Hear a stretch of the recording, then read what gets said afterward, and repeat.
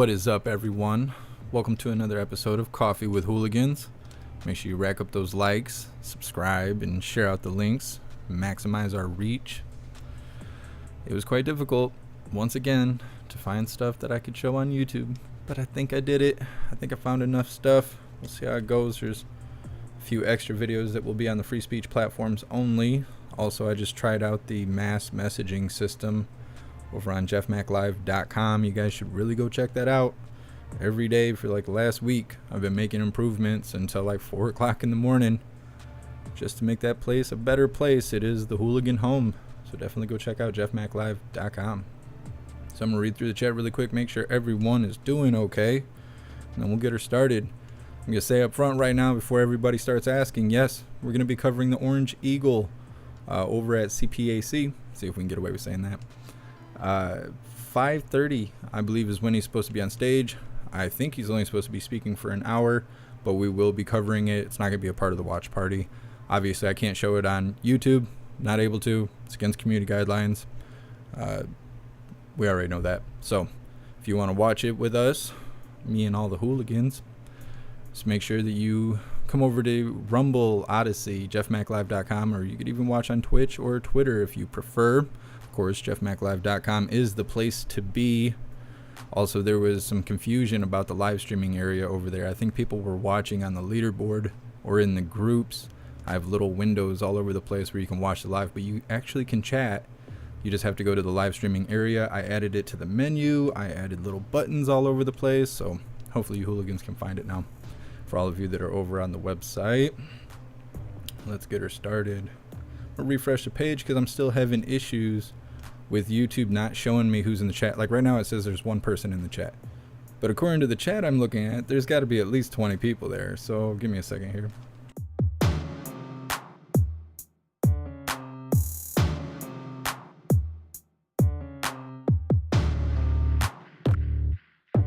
Ah, yes.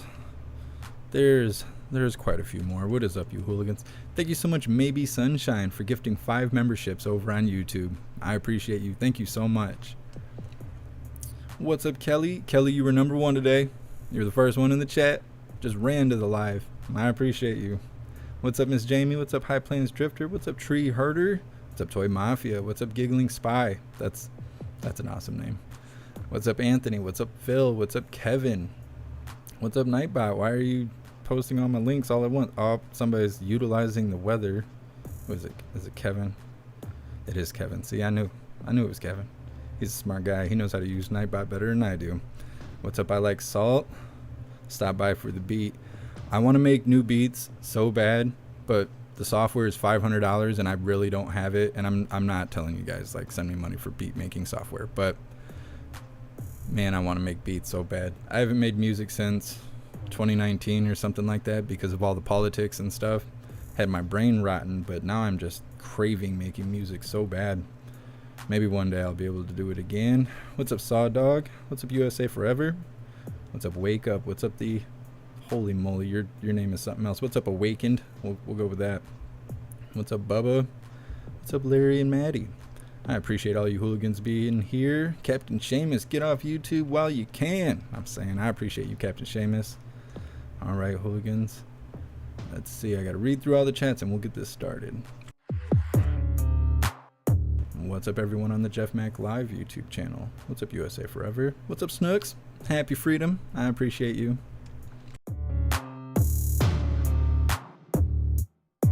What's up to Ruby Shoes? What's up, everyone on Twitch? Holy moly, the subscribers are just dropping off on Twitch. At one point we had like 80 and now we have 25, and I don't know. I don't know what's going on. Maybe it's that Bidenflation. Who knows? What's up, Rabid Dog Mikey? Happy Freedom. Appreciate you being here.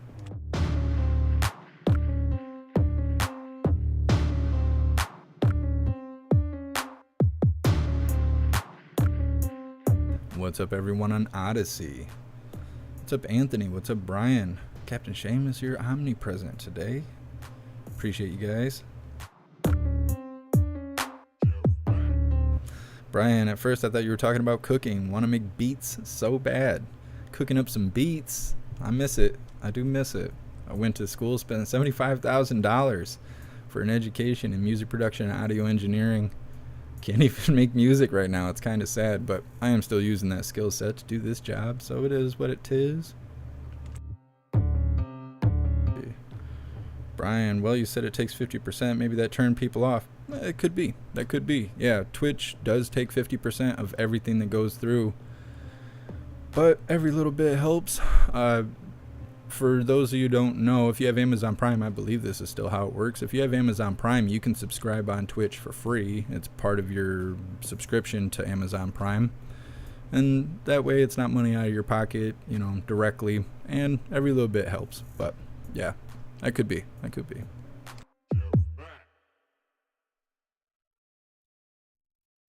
What's up, everyone on Rumble? I wish Rumble sent out better notifications. It's always unpredictable who's going to be over here. What's up, Undercrofter? What's up, J-Do Medic? What's up, Happy Freedom? What's up, Serum? Appreciate you guys being here.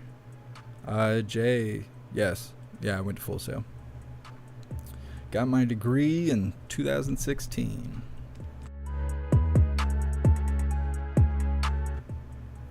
Let's see. Captain Shameless over on jeffmaclive.com. So I think what was going on where you couldn't access the live streaming area is I had a few security plugins, and I think when you would try to navigate there, they would, for some reason, your credentials wouldn't come over, and it would act like you were not authorized to be in a restricted area. So I had to make some adjustments, and it seems to be working better now.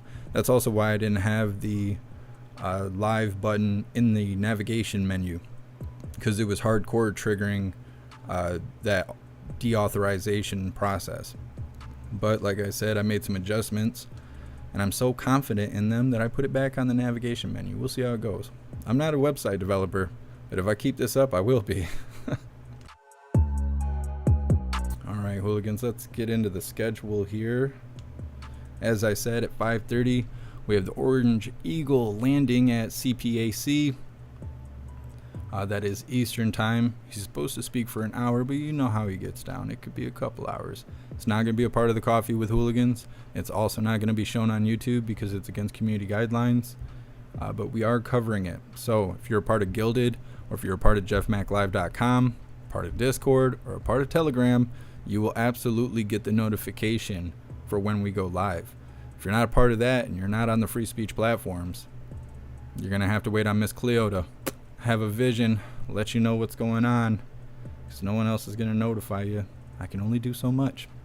So we're going to be covering a video that is titled, I don't know what that word is. Somebody warns Tucker Carlson about the dangers of red tide in the Gulf. It also touches on those whales that are dying in New Jersey very briefly, but lots of stuff about what's going on in the water.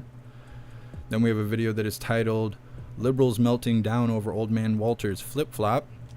It's talking about the crime in D.C. Then we have a video that is titled Judge Sentences Alex Murdaugh, or Murdaugh, or whatever his name is, after jury finds him guilty of murdering his wife and his son. Then after that, we have a video that is titled Old Man Walter's nominee to lead the FAA can't answer a single question about aviation and air travel. Ted Budd asks. Just more unqualified people being in charge of everyone else. It's not good. It's done strategically. It's not an accident. Then we'll be wrapping up on the YouTube side of things with this last video. Cartels are becoming creative with smuggling drugs. At the end of the video, I will have to black screen it. You'll be able to hear what's going on, but you'll be looking at the screen you're looking at right now, because they're showing firearms and stuff. I can't show that on live. I understand that there's channels that do gun reviews and stuff like that, but they're not live. Posting videos has different community guidelines than live streaming. I can't show firearms on live streaming. So it is what it is, but I feel it's important to know how bad it really is at the border. And then we have 4 different videos that we're going to be watching on the free speech platform only. All the free speech platforms, pretty much everywhere but YouTube. So if you click on the link tree, or if you go to the JeffMAC Live homepage, when we're getting ready to move away from YouTube, you'll be able to see all the platforms. You can click the link, head over there right away. We'll post links in the chat and whatnot. These 4 videos, I just can't show them on YouTube. It is what it is. It just is what it is. But I got plenty of stuff for everybody on YouTube, so don't you worry. We're going to be getting started here with this individual that is warning Tucker about the dangers of red tide in the Gulf. So give me a moment here.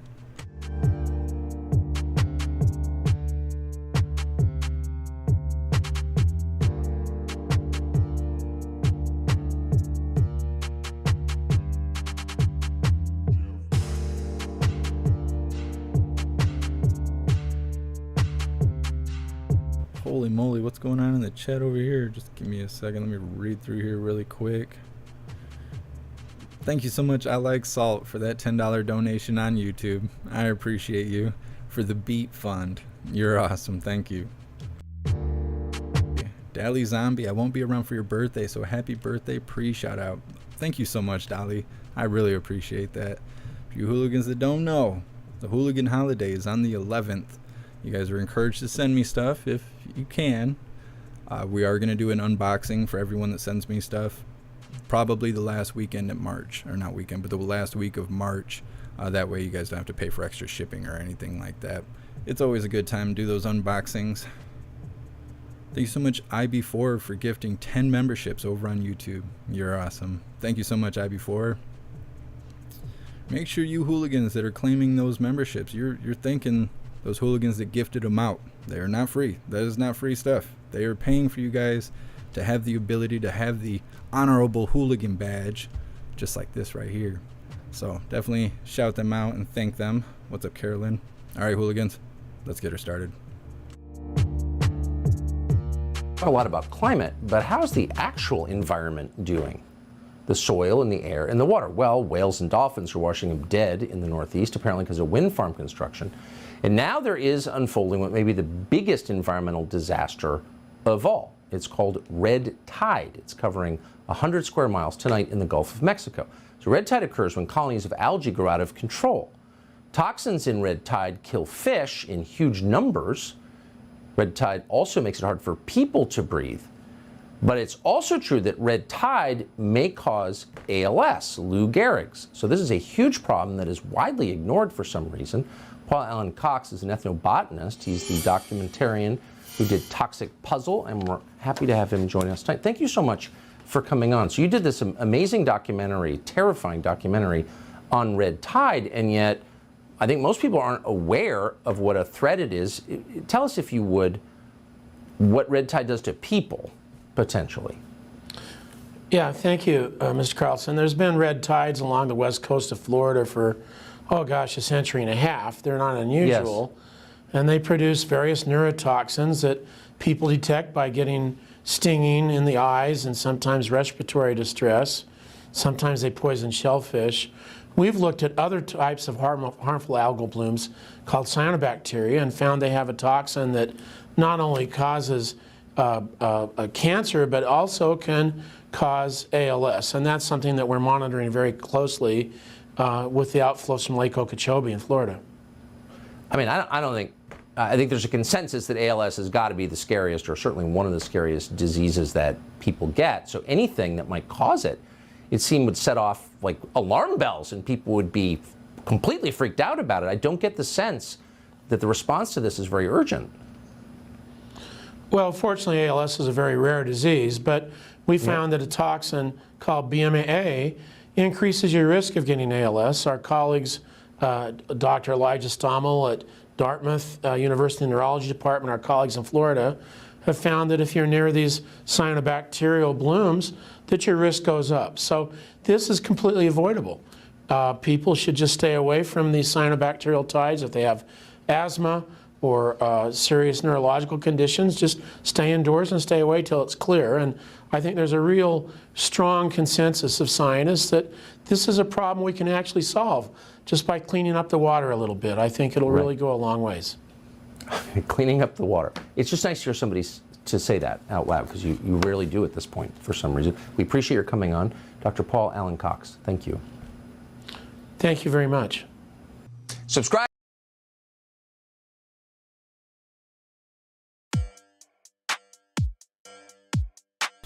I've never been to the ocean. I've been to the parking lot of the beach of the ocean over in Florida. I think it was on the Miami side.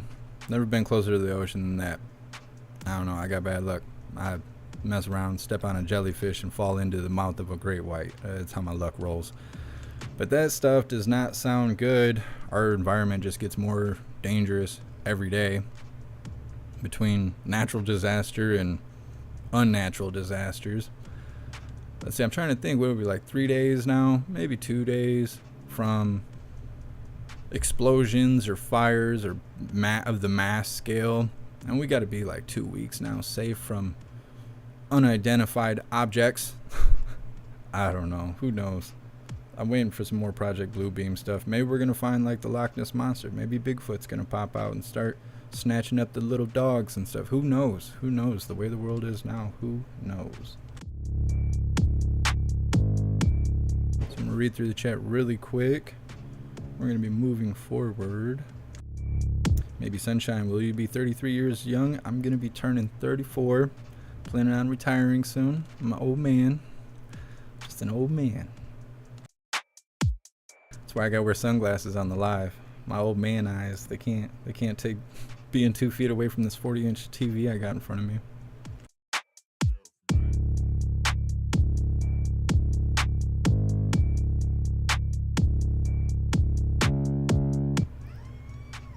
Everyone can hear you.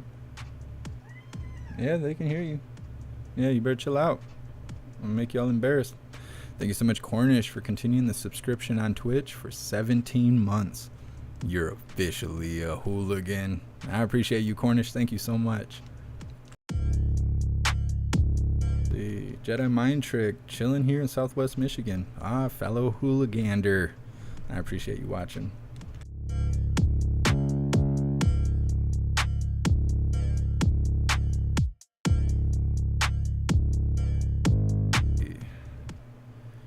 Jay, fellow Full Sail grad, class of 02. That's awesome. That's super awesome.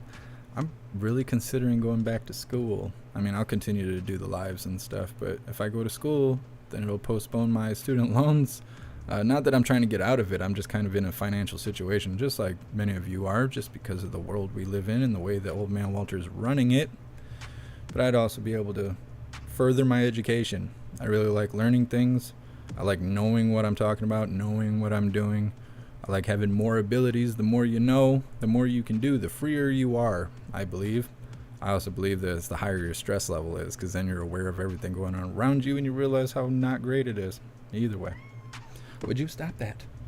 No, this is not a duo. See, look, you're trying to knock my light over. Go hang out somewhere. Klaus Daniels, he's going crazy right now. He wants some attention. We'll see. So this next video is titled Liberals Melting Down Over Old Man Walter's Flip-Flop. This is a video about the five. We're not going to sit here and listen to them ramble on because I've learned that it's a lot like the right-wing version of The View. Can't stand those people over on The View either. But we're going to take their subject matter and focus on that.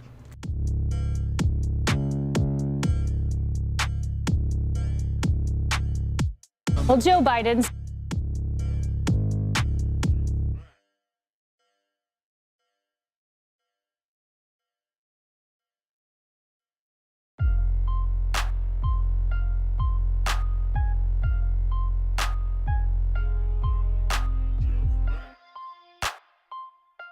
All right, hooligans, let's get her started.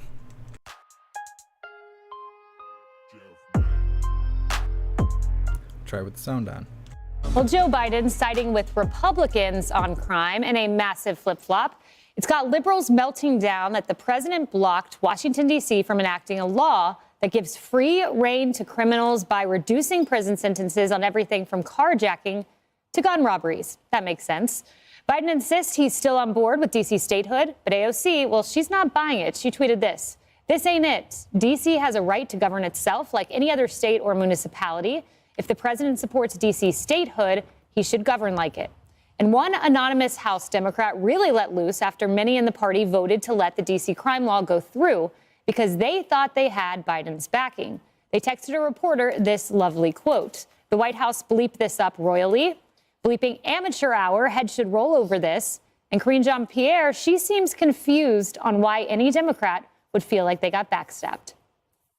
We opposed it, but there was no veto threat. The way that we see it is that this is coming to the president's desk. This is not a legislation that he put forward. D.C. is not yet a state, even though he supports D.C. statehood, and he had to make a decision. Look, again, we let the process move forward in Congress, and we felt this was the time to make that decision. You know, Jesse, carjacking's up by 111%.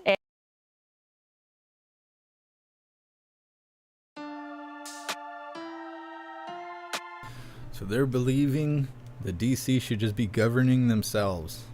Look how that stuff's going for Portland and Seattle. Those places went from having dumpster fires to being dumpster fires. It's not, I don't know, it's not good. And from what I understand from covering all these lives and stuff, DC is not a safe place. And that's pretty weird considering that's where the capital is and stuff. You would think that would be like the safest place. It's like a giant ghetto. Makes no sense. I don't know why people love living like that, living in their own toxic filth. No, you're messing this up, dude. Go away. Yeah, no, it doesn't make a whole lot of sense to me. I think that they feel that they're appealing to the blue team or something, but I don't really know anyone that will verbally say they want to live in their own filth. People who live like that usually are not aware that they're living like that. They'll say, oh, it's the culture. This is the culture. Like I used to live in South Bend, Indiana, on the south side, over near the Martin Luther King courts. That place had a lot of culture over there. People being shot right in front of the house, getting in fist fights or stabbed at the bus stop. When you go to the gas station, you go down to get some chicken wings and stuff, they had gates and bars on the windows just to try and keep their business safe.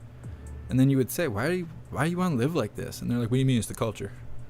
Well, it seems like this sucks around here. Why would you want to do that? And if you explain it, if you say, well, you know, we're living in criminal infested areas, they would say, oh, well, you're just trying to filter my words here.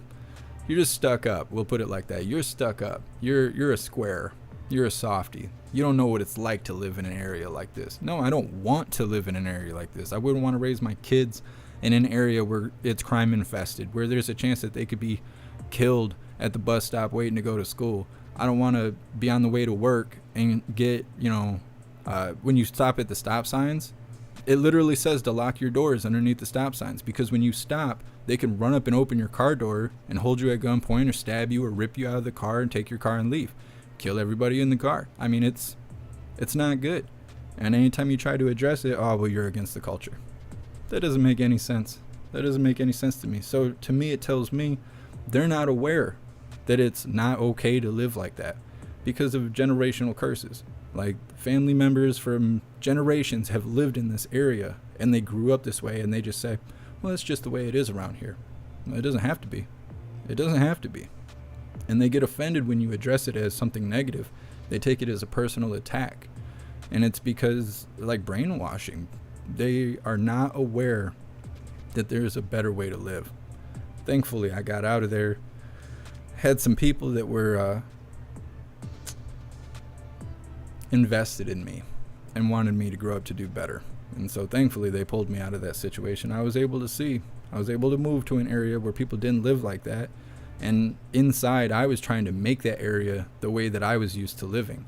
And me alone, I couldn't do that, especially as a teenager. I couldn't convert a whole area to be... I'm trying to think how to explain it. Rough, we'll say that. I couldn't convert the area to be rough like what I was used to. And after a while, it wore me down. And it made me see like the right way to do things. And it was really eye-opening to see that you don't have to live in your own filth to feel like you're at home. And that's the biggest thing, is you learn this behavior. The behavior is accepted in these toxic areas, and you feel at home. And then when you go to a positive area and you see people kind of looking at you weird, they're like, why are you acting like this? Like, this is not how we act here, where people respect each other and we don't have high levels of crime. Why are you behaving this way? Well, then you take it as a personal offense. You say, well, you must be against who I am personally, when really you're just brainwashed and conditioned to live a negative life, a self-condemning life, and you don't even realize it because the lack of awareness. So I don't know. There's always a better way. All right, I'm gonna read through the chat really quick, and we're gonna be moving forward. Going off on my little tangents. It's good advice, though, I swear. I have best intentions at heart. Klaus Daniels, I'm gonna put you on camera. Oh, you ain't gonna say that? That's what I thought. Thank you so much, IB4, for gifting another 10 memberships. You're so awesome. Thank you, IB4. Make sure you guys are thanking him. That stuff is not free. 24/7, I did the thing. Oh yeah, I didn't post the poll. I'll have to do that. Good reminder.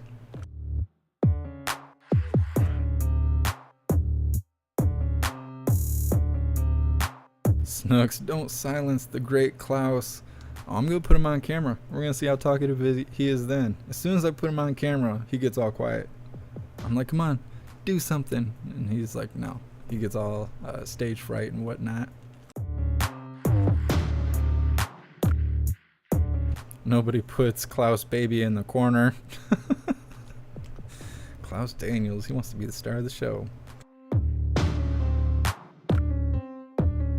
Captain Seamus, Portland, all the Walmarts pulled out. DC, at least one Walmart pulled out. Coincidence? I think not.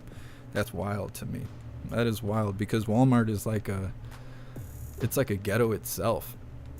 Big time.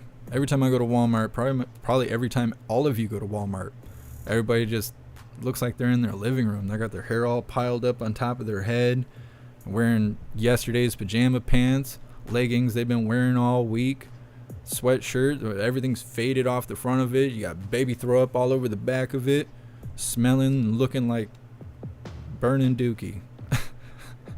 It's not good. It's not good. I don't know how Walmart became that way. I mean, I don't think they should enforce a dress code, just like I didn't think they should enforce wearing a compliance cloth.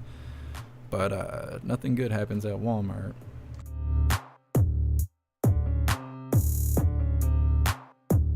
Pumpkin, my car locks the doors automatically when it starts. My Trailblazer did that. It was like if you went over 20 miles an hour, all the doors would lock. I don't think my Subaru does that though. But got my X-Dam with me, sitting in the passenger seat, right on the heated seats, just in case the car doors aren't locked. Legitimately and legally, mind you. Alright, moving forward, this next video is titled Judge Sentences Alex Murdaugh, whatever his name is, after the jury finds him guilty of murdering his wife and son.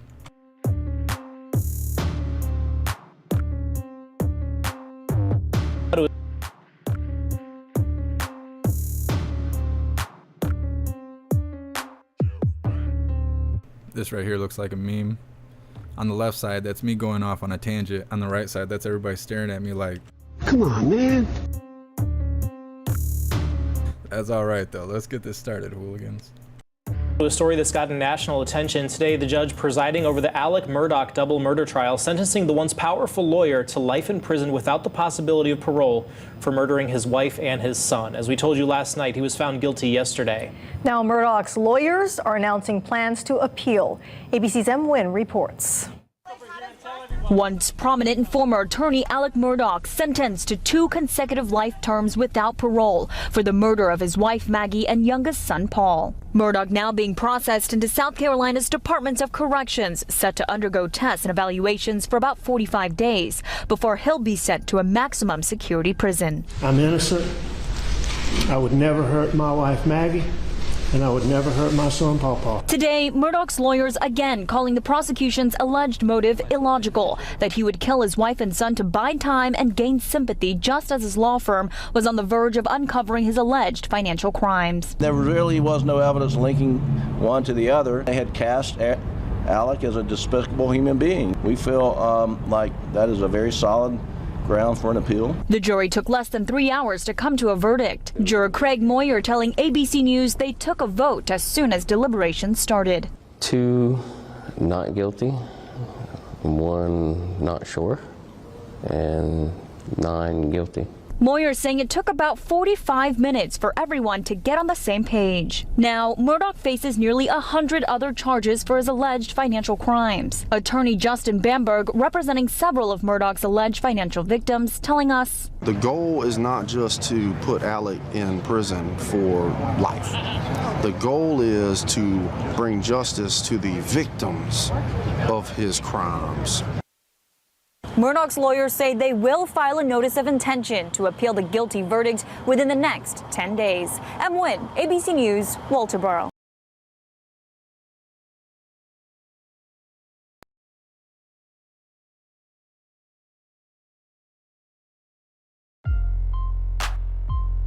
I always think it's crazy when criminals go down for doing terrible crimes and then they want to appeal, like they're gonna get out of it. I don't know if that's a strategic way to like prolong things to stay in maybe jail, because if you're going to prison, a lot of times you'll sit in jail where it's a little bit safer. It's not as entertaining from what I understand, because in jail you just have to sit in the room. In prison you actually get to go outside and stuff. But I think it could be a strategic way to stay in jail where you're a little bit safer. You're locked in a room with at most like 30 people or something like that. At least that's how the jails here are. And you're in a little pod where the police are constantly watching you. The chance of something bad happening to you is a lot less than in prison, where there's a bunch of blind spots and a lot of the COs are in on it because they're in jail just like you are. So I'm not sure how you get hit with such a bad crime and then you're like, well, we need to appeal. Well, you're just wasting everybody's time. And I guess if you don't have to foot the bill or you have no intentions of actually paying your jail fees, which a lot of people don't, then maybe it is just worth wasting time. Before do a poll, I could, but by the time everybody responds, we'll be 2 videos beyond that.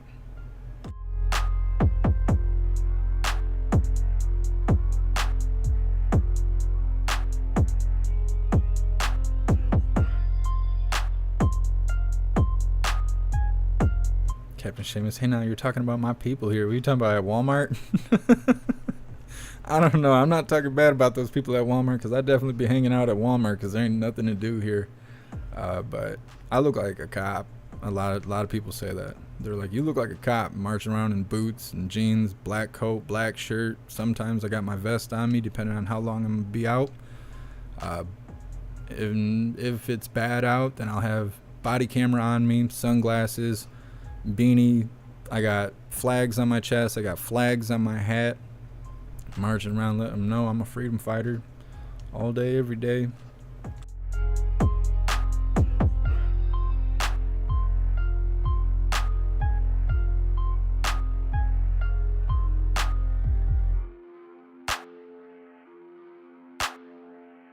All right, moving forward. What's up, Donna Sparks? And welcome to the live and happy freedom. So this next video is titled, Old Man Walter's nominee to lead the FAA can't answer a single question about aviation and air travel.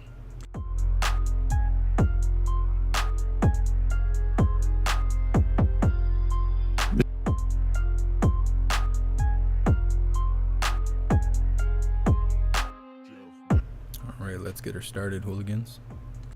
Mr. Washington, thanks for being here today. I have some concerns with your nomination, but first of all, besides that, I just want to say thank you for your service to our country through our military. We have a lot of veterans, a lot of military installations in our state of North Carolina, and so we appreciate what you've done. Now, you've been nominated to lead an agency with authority to regulate aircraft, airspace, and airmen. The U.S. has some of the most complex airspace in the world. I mean, we've got over 200,000 registered aircraft, more than 1 million pilots in our country, and over 45,000 flights per day handled by ATC.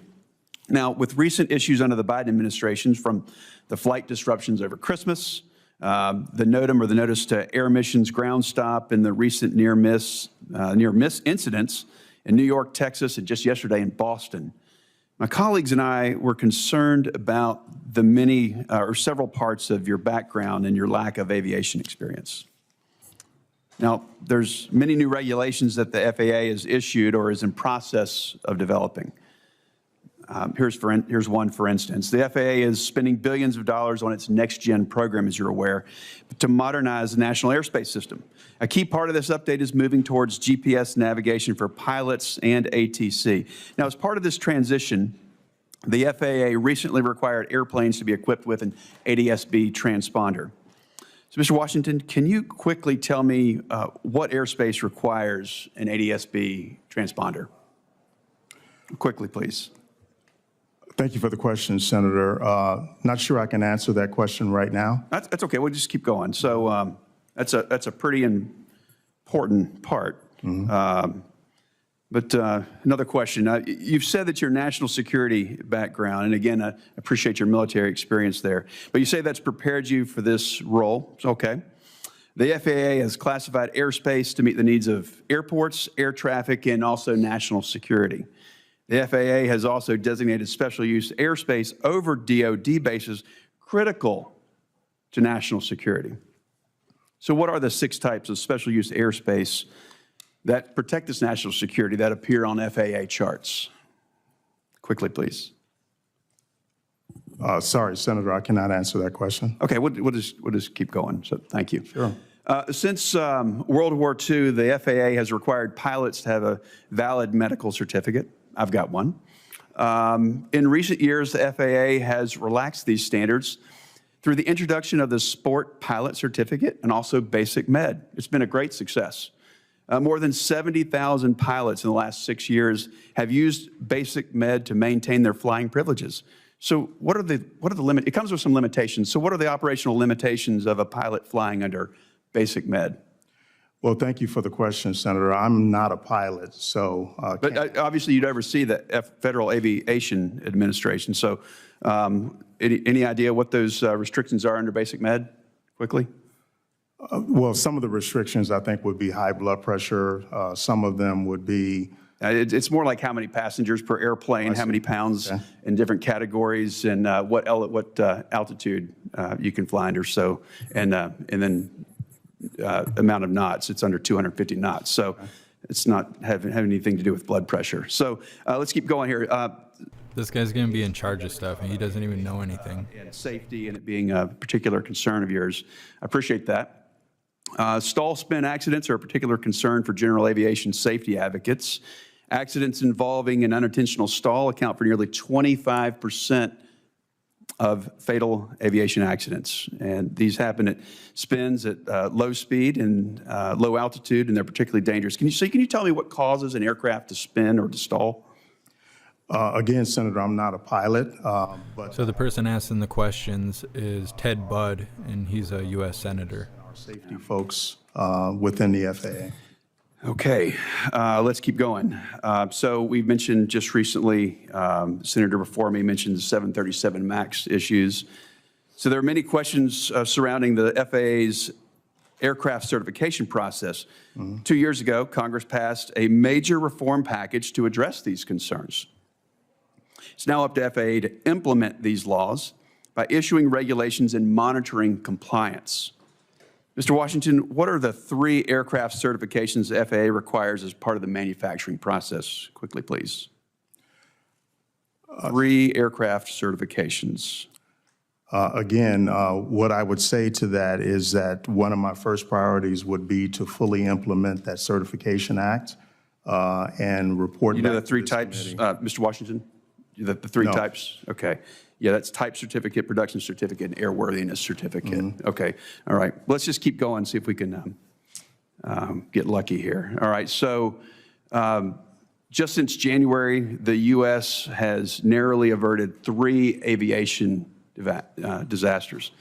On 3 separate occasions, airplanes came dangerously close to colliding on runways at New York JFK, Austin Bergstrom, and the Boston Logan Airport. The Austin incident reminded me of the Tenerife accident, which is the deadliest aviation accident in history. Both the incident at Tenerife and Austin involved 2 planes on a runway in dense fog. The FAA's ATC procedures manual has separation standards. Now, I know you run a big airport, so you should probably know this one here. It's got separation standards for planes using the same runway. So can you tell me what the minimum separation distance is for landing and departing airliners during the daytime, Mr. Washington? I don't want to guess on that, Senator, Okay. but it would be easy for me to find out. Thank you. You know, the FAA is woefully behind on integrating unmanned aircraft standards, but are you familiar with the difference between Part 107 and Part 44809 when it comes to unmanned aerial standards? Unmanned like drones, are you familiar with the difference? Yes. Okay, you know the difference between those 2, Part 44809 and Part 107? Do you know the difference there?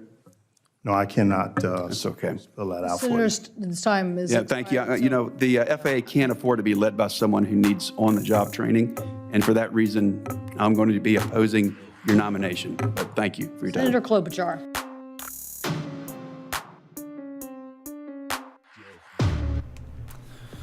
They want all these unqualified people running everything, either so they can have things crash and burn, because as I talk about all the time, they create problems. Most people don't care about the problems that they're shining light on. A lot of times they're really flimsy problems that most of us don't experience. But then they create a solution and they force all of us to participate in the solution. Otherwise, we're considered a part of the problem. And the more weak people they put in charge of stuff, it will either be people that can be controlled by someone behind the scenes, or it's going to be someone that is going to let things fail and crash and burn. And then they get to say, look at the problems, let's find solutions, and then make everyone participate in the solution. The problems don't affect all of us. The solutions always affect all of us. Like wearing a compliance clause so we don't kill grandma, stuff like that. So we're seeing it all over the place. Look at Fetterman, look at old man Walter. I mean, you can go on and on and on. All these people are incapable of being greeters at Walmart, let alone running the country. It's done strategically, I believe. That's my opinion. What's up, Garrett? Happy freedom. What's up, WMM? Happy freedom to you. Hope you're doing good. I'll probably call you a little bit later. I meant to call you yesterday. I was super busy yesterday. I was having a hard day yesterday. Yeah, yesterday was rough day. It was a rough day. But that's okay. That's all right. Builds character. Builds character. Shunt. Problem, reaction, solution. Yep. Yep.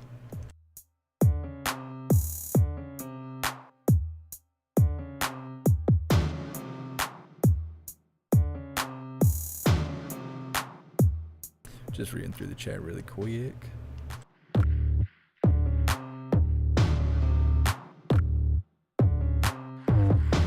Alright, so this next video here is going to be wrapping up the YouTube side of things.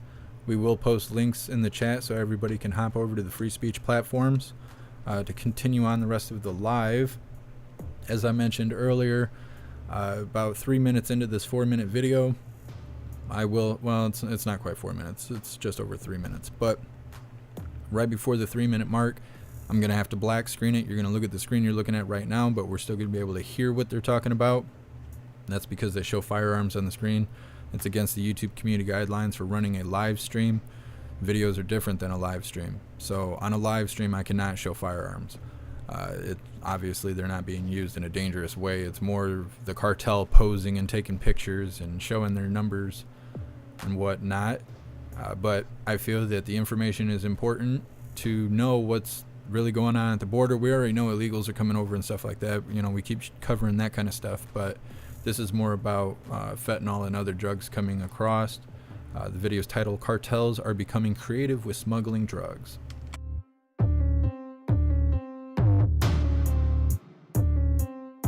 Car tire.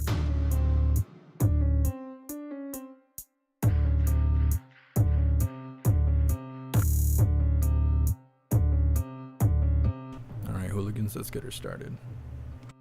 Car tires, crutches, flour containers, and carrots?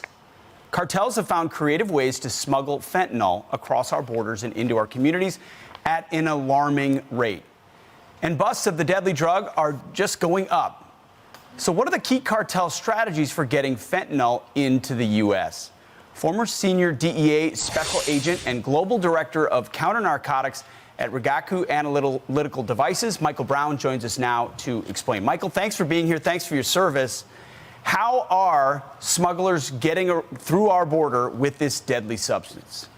Well, good morning, Pete. I mean, one of the primary methodologies used by the smugglers now is simply putting, millions of tablets of fentanyl or fentanyl powder into concealed compartments, what we call traps, into vehicles. And we know probably 85 to 90% of the fentanyl that comes into the country is coming across the official borders in vehicles hidden in cargo or large tractor trailers, which makes it very, very difficult to find in reference to the number of vehicles that come across the border every day.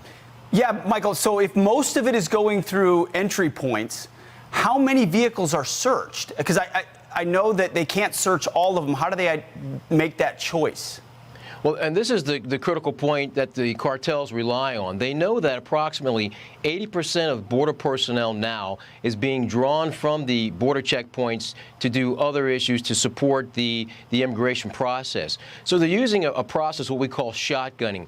They're simply sending hundreds of vehicles at one time into the border border checkpoints because they know Customs can only search a few vehicles at a time. And in order to keep that traffic moving, right, a lot of vehicles that are carrying fentanyl will not be searched. So once a vehicle is located, it has fentanyl in it or methamphetamine or another narcotic, a search team goes and then they manage that particular vehicle, which takes personnel away from checking other vehicles. But the cartels understand this. They work this equation into their distribution calculations. They know a certain amount of fentanyl will be seized at the checkpoints, but it's a guarantee that they're going to get 4 or 5 or hundreds of other vehicles through the checkpoints without being inspected. So part of the reason the foot traffic and the running across the border is so problematic is it draws so much manpower there that you have less at official crossings, and then they can't check every car. The cartel knows that. They factor in losses. And then they conceal it. I mean, it's got to take a lot of time in some instances to find this fentanyl, considering how creative they've gotten. Yeah, but you have to understand that the cartels have a sophisticated infrastructure, garages, which basically can take a car apart, create hidden cavities, and then reseal, millions of pills into the framework of a vehicle or a tractor trailer. And to find that, you'd have to X-ray the vehicle, then you'd have to have a crew out there to actually break the vehicle down to find these bulk substances. And of course, once they cross the border, they go to a garage, and the vehicle is then taken apart. The drugs are taken out and the vehicle is sent back to Mexico for another shipment. So not only is it time consuming, but it's incredibly difficult to find the tails or the signs of these vehicles that are actually carrying fentanyl. Man, Michael, when you break that down, it gives you a sense of the scope of the problem we face, which doesn't seem to be getting any better. And you speak with a lot of expertise. Michael Brown, thank you so much.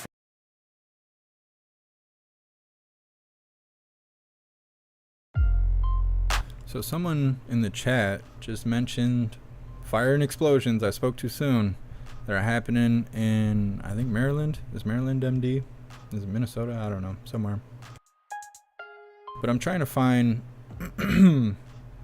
footage of what is actually going on. I'm seeing a lot of personal footage of people taking film and whatnot where they're standing, but I'm not seeing any news actually talking about. Oh, here we go. Hold on a second.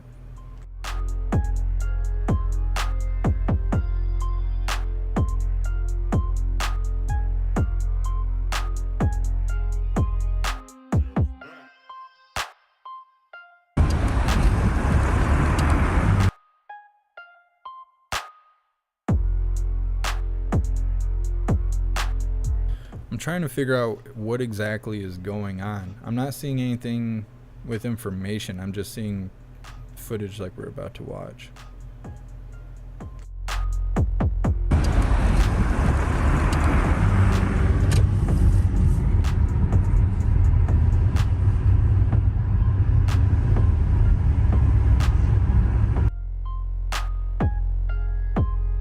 I'm trying to see what else I can find. This is like going on right now. Major tanker explosion in Frederick, MD. There's a couple lives running right now, but I can't trust what's going to be said on that stuff. Oh, we could try and pull this.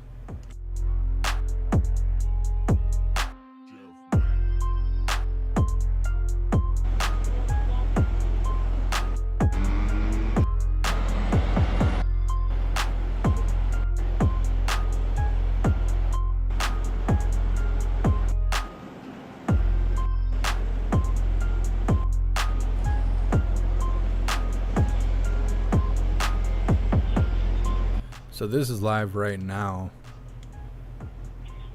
I don't exactly know what we're looking at. I'm trying to find more footage.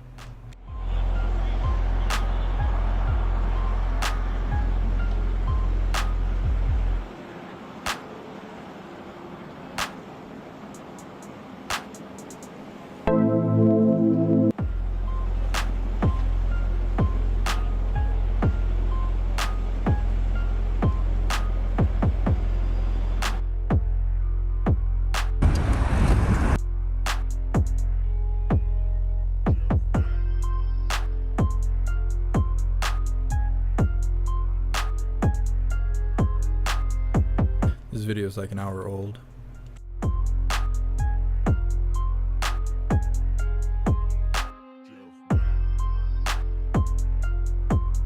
Yeah, it's Maryland. I knew it was Maryland. It's ruining our environment. Oh, actually, I saw an article earlier talking about the fish in Michigan are contaminated to the point where it can affect your health. And the contamination that's being found in fish are what they call forever contaminants, because there's no way to get that out of the water. It's permanently there. Let me see if I can find that article. See, look, I'm extending the live on YouTube in real time.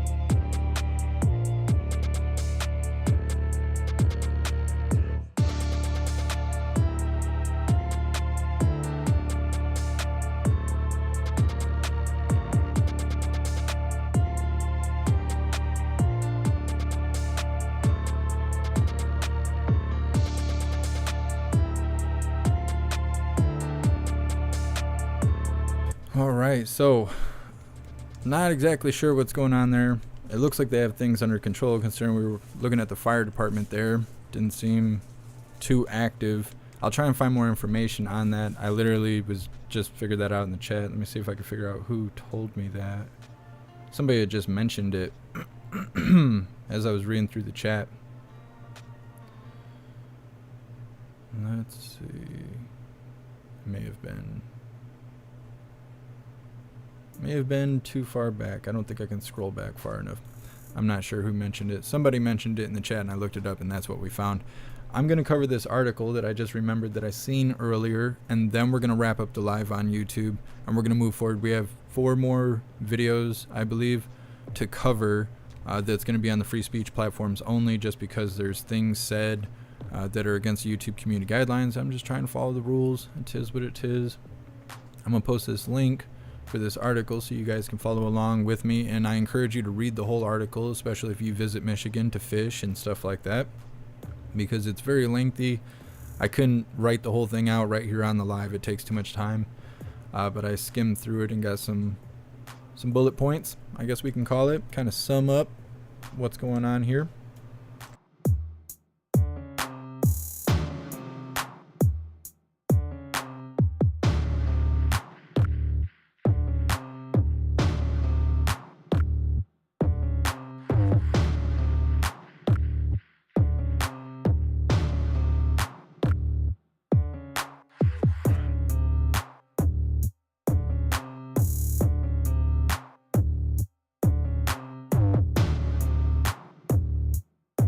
I appreciate you DMing me the links, Snooks, but I don't want to show lives from Fox.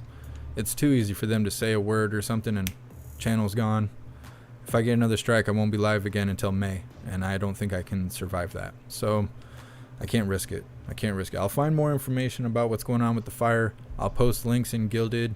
I'll post links on jeffmaclive.com. Make sure you guys go join up one or the other to stay in tune with what's going on with that story.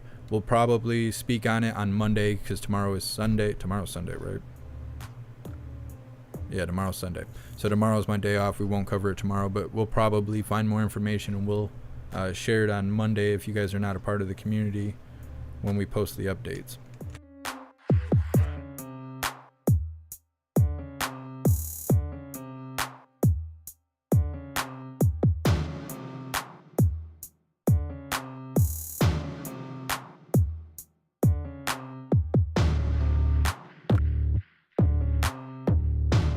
Alright, so the link that I just posted in the chat should bring you to this article here. This article is This article is titled, "All Fish Tested from Michigan Rivers Contain Forever Chemicals. Study Finds." Starts off by saying all fish caught in Michigan rivers and tested for toxic PFAS contained in the chemicals and at levels that present a health risk for anyone eating them, according to the new study. PFAS, we'll go with that. I don't know what it is, but we'll go with that. Are a class of about 12,000 compounds used to make products resistant to water. Resistant to water, stains, and heat. They are known as forever chemicals because they do not naturally break down, and they have been linked to cancer, high cholesterol, liver, and kidney disease, fatal complications, and other serious health problems in humans. Well, that's concerning. The article continues on by saying the chemicals are thought to be polluting drinking water for more than 200 million people, and the study is the second this year to suggest widespread contamination of freshwater U.S. fish. The findings are sad, said Erica Bloom, one of the study's co-authors with the Ecology Center, an environmental nonprofit that tracks PFAS contamination in the state. It just demonstrates how ambiguous, maybe? Yeah, ambiguous I don't know, how bad these chemicals are in the environment, she said.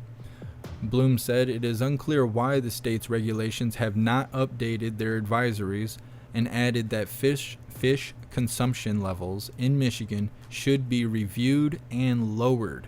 Fish advisors need to be as protective as possible to keep pace with what's happening with emerging science at the federal level, Bloom said. That's concerning. So here in West Michigan, fishing is a big deal. We have fishing tournaments and stuff. We have big boats everywhere.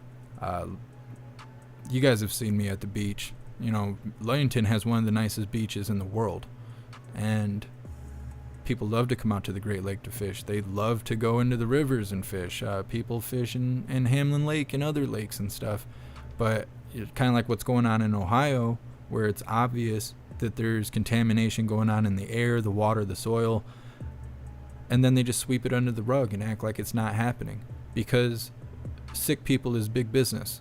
That is big business, to have people sick. And as it stated in the article, Michigan's not updating their regulations and spreading awareness that this is happening. That's because it's big business here. They're not going to tell people, hey, don't come here and fish because if you eat the fish, you're going to get cancer. They don't want to say that. You know how much money they're going to lose? People are poor in Michigan because of the way the state is ran. Over on the west side where I live, it's beautiful. You can go hiking and kayaking and fishing and swimming and do stuff that you can't do on a cell phone. All the good stuff. But if the fish are polluted and you can't eat fish, people won't come here to fish. Well, then they won't be staying here for the weekends, for the weeks, for the summer, for the time they come here to fish. So all that money won't be coming here. And they already try to get everyone here in Michigan on food stamps for every little thing. They want everyone on welfare here because then you are compliant with the government. You're sitting there getting, you're like on a drip feed from the government. You're just like, hey, you know, I can't support myself. I need you to support me, which makes you compliant. They control you. They control your life. They control what happens to your kids. That's trickle down economics, like old man Walter's talking about. They want you like that. They want you on your knees and begging the government for help. And so the people who are in charge of raising awareness, it's a big thing here in Michigan, and it's probably like this all over the country. When they're in charge of stuff and they know that something bad is happening, they don't tell anyone because they're profiting from it. And it's better for them to profit than for people to be aware of the bad things that are happening around them, because scared people are unpredictable. Unpredictable people are dangerous, and they can't be controlled. And they're big on control. People who are in charge, they want to control you. There's no question about that. So they want you to be fearful strategically so you'll do what they say. But when they say something like this, where they can't control what's happening and you become fearful, chances are you'll stay away and you won't be controlled by them. And they don't want that. They don't want to forfeit their control. So I thought this was a big deal when I read it this morning. Thankfully, I remembered so I could bring it to you guys today. Well, this is the end of the show as far as YouTube goes. As I've said multiple times now, we have 4 more videos to cover. Probably another 30 or more minutes of the show left. But I can't show this stuff on YouTube because of their community guidelines. I'm just following the rules. I'm going to be posting the links in the chat in both YouTube channels that are running right now, and we're going to give you guys until 41 after. We'll give you guys 3 minutes. You'll have 3 minutes to come over to our free speech platform. You can watch on Rumble, Odyssey, jeffmaclive.com. You can watch on Twitch. You can even watch on Twitter. I encourage you guys to come over. I'm not doing this to punish any of you hooligans over on YouTube or anything like that. I'm just following the rules. Those are the rules. It is what it is. But I am going to provide the links to you guys. I'm sure Snooks is already on it, 'cause Snooks is awesome. But I encourage you guys, come over, make an account, hang out with us, chat with us. Rumble does have a chat, but you have to use a browser like Google Chrome or Mozilla Firefox or Safari or whatever browser you use. Use that when you're going to Rumble, because their app is not going to show you the chat. If it does, it's problematic. Use a browser. That's the way to go. Or just go to jeffmaclive.com. Pay the $10 for the membership and watch in the most uncensored free space on the internet.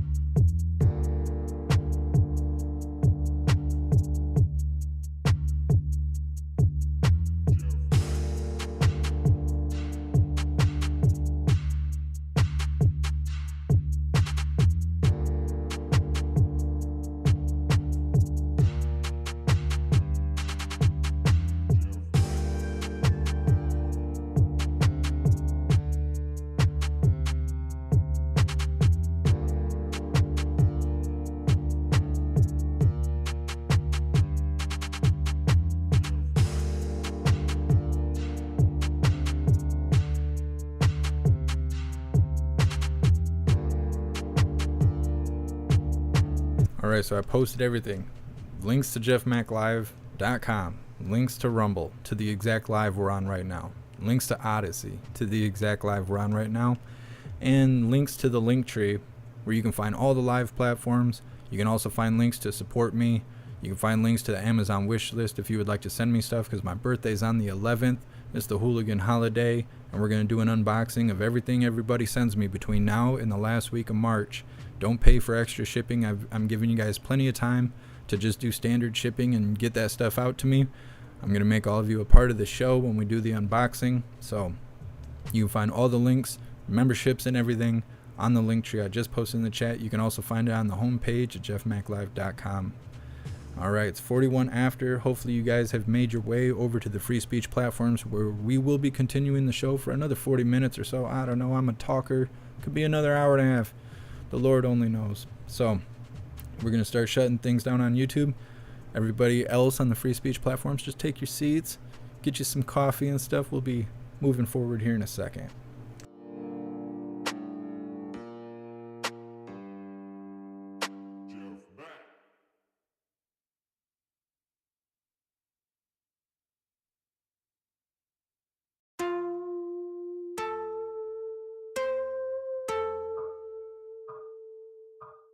JeffMAC.